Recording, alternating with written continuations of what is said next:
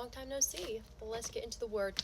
Let me tell you guys, every single time, I feel like this week, or almost every single time, like, I've noticed this a lot these past few days. I don't know if it's been the past 2 days, past 3 days. I don't freaking know. I made a little video. But every time I read my Bible, this is what it feels like. Every time I read a Bible verse, every time I see a Christian quote, I literally feel like I am being so called out. So, I have not looked at what today's study is yet, but let's go. Let's do it and see if this calls me out too, because I'm gonna be shook if it does. Like, actually. Because it's been a wild week. Okay, let's go. One of my favorite passages, by the way, we're on day 35. Sorry, I'm a little bit scatterbrained. It's been a day. One of my favorite passages of scripture is Psalm 77. The psalmist, Asaph, was having a tough time in the first 9 verses. He was discouraged, he was weary, he was troubled, and he felt like the Lord had rejected him. He asked some tough questions too. Has his faithful love ceased forever? Is his promise at an end for all generations? Has God forgotten to be gracious? Has he in anger withheld his compassion? Verses 8 through 9.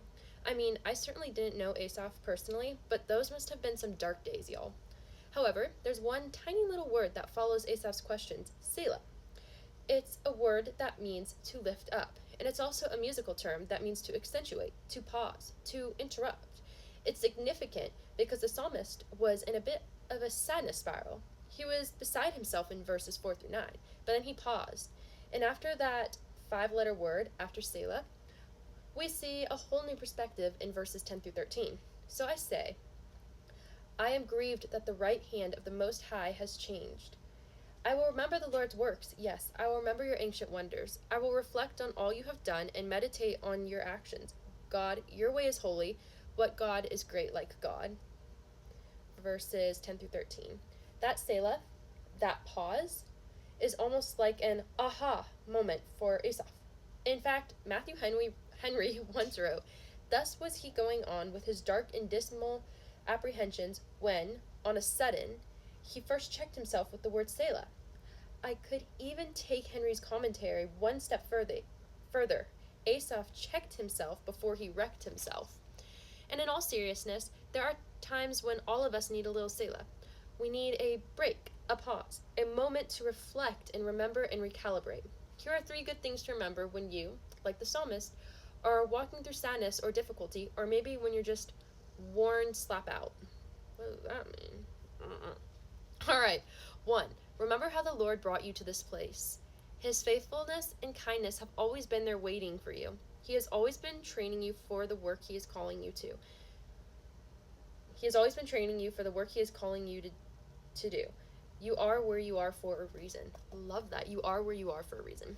2. Ponder what you've seen him do. The Hebrew form of ponder is to have a talk with oneself. Maybe you need to have a talk with yourself about the mighty ways God has worked in your life. Go to scripture and find verses that remind you of his greatness. Read them aloud. 3. Follow his way, not yours. Ooh, called out. I told you guys. His ways are not our ways, and we should be grateful for that. Look at verse 13. His ways in your life are holy. He is a great God, and you will never regret following his leading and direction. How? I'm telling you, every freaking time I picked up a devotion. Okay. One more thing that strikes me about this passage. Asaph said Selah after verse 3, but that first pause didn't shift his perspective. He tried again after verse 9, so don't give up. Don't stop pausing. Don't stop lifting up. You never know when the aha moment will come, but when it does, it's a game changer. Selah. Read Psalm 77. Okay. I cried out to God with my voice, and he gave ear to me. In the day of my trouble I sought the Lord. My hand was stretched out in the night without ceasing. My soul refused to be comforted.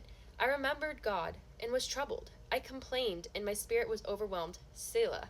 Lift up. You hold my eyelids open.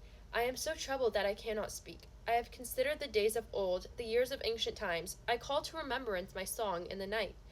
I meditate within my heart, and my spirit makes diligent search. Will the Lord cast off forever? And will he be favorable no more? Has his mercy ceased forever? Has his promise failed forevermore? Has God forgotten to be gracious? Has he in anger shut up his tender mercies? Selah.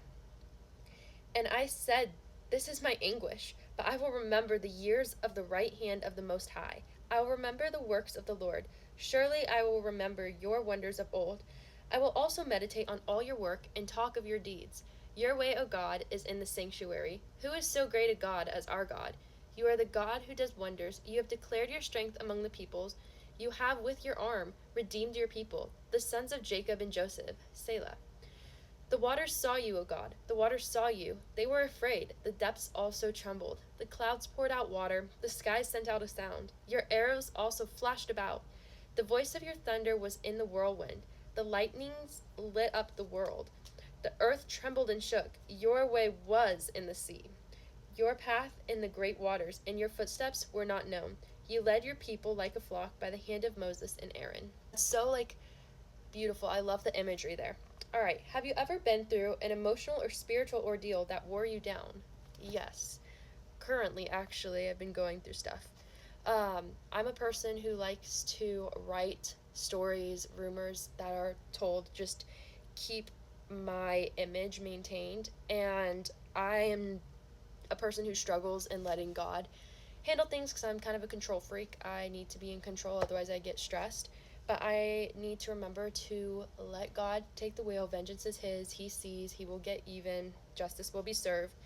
And I just need to trust God, because where I am struggling the most is where I trust God the least. So when I give that struggle to God and trust him, that's when I'll find peace. And it's so true, because I was doing really good for a really long time, and I found myself going back, I felt like, into my old ways. And that's why I feel like I've been freaking called out all the time. So I need to continue to give everything to God, all my struggles, stop trying to solve things on my own, and let God deal with everything.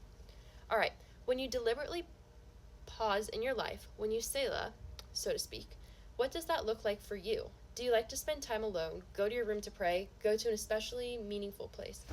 I like to do my Bible studies. That's why I do my Bible studies. It gives me time to dive into the Word, time to actually think about what I'm reading, think about what I need to change in my life to read the Bible. I also feel like I need to take more time outside of doing these devotionals, because I'm a person who learns by reading in my head without reading out loud. So you know what I mean?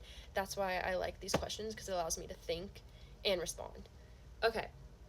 What's one part of your story that initially seemed random, but now you can see that it was the Lord's holy way in your life?